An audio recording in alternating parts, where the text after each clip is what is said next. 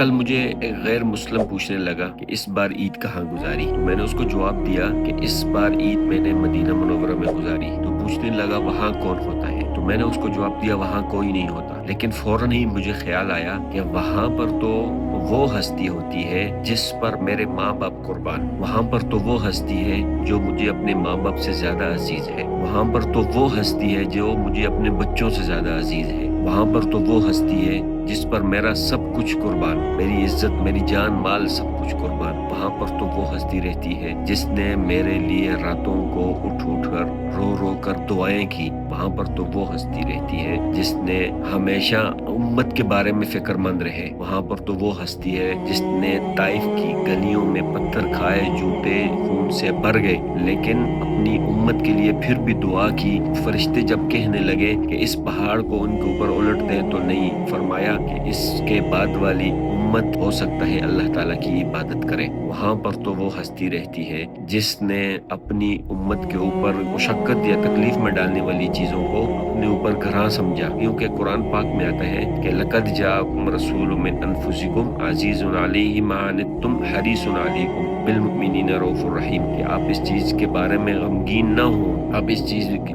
نبی علیہ السلام اس بارے میں غمگین ہوا کرتے تھے کہ میری امت پر یا مومنین پر یہ چیز گراں گزرے یا کوئی کام مشکل گزرے، جس طرح مسواک کے بارے میں ہے کہ مسواک کو 5 نمازوں کے ساتھ فرض قرار نہیں دیا کہ بعد میں میری امت پر یہ چیز مشکل یا گراں نہ گزرے۔ اسی طرح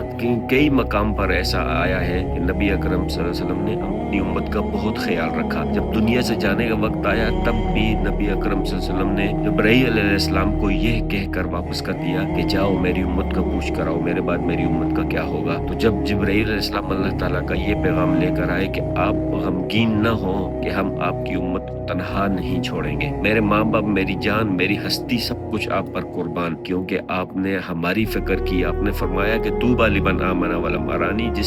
جس نے مجھے دیکھا نہیں اور میرے اوپر ایمان لے کر آیا، اس کے لیے خوشخبری ہے۔ 7 بار ایک روایت میں آئے گا، 7 بار بھی یہ فرمایا کہ اس کے لیے خوشخبری ہے، جنت کی بشارت ہے، جس نے مجھے دیکھا نہیں اور مجھ پر ایمان لایا۔ اتنی عظیم ہستی، اتنی مہربان ہستی، اللہ کے بعد اگر کوئی اس دنیا میں سب سے زیادہ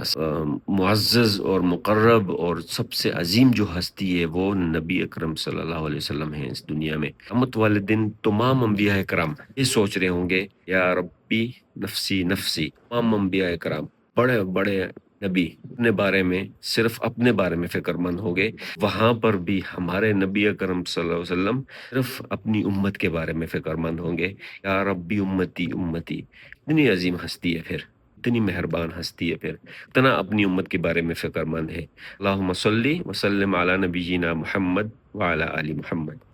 السلام علیکم۔